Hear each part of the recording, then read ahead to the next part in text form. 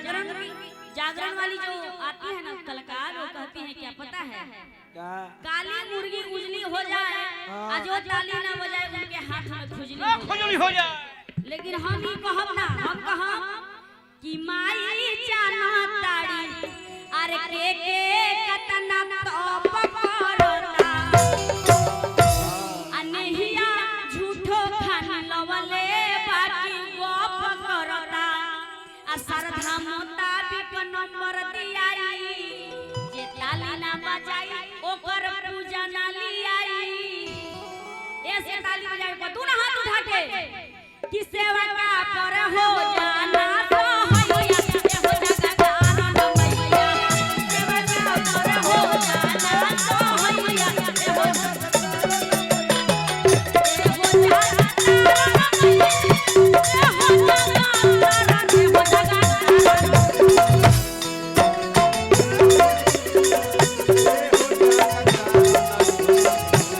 ए हो जगदारन मैया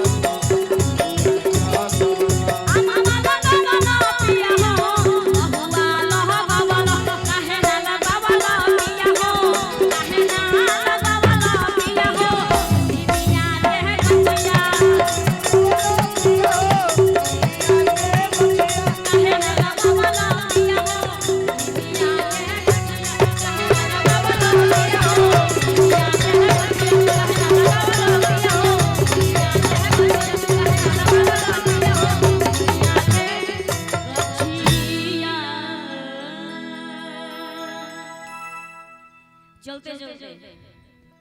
कि चकुआ में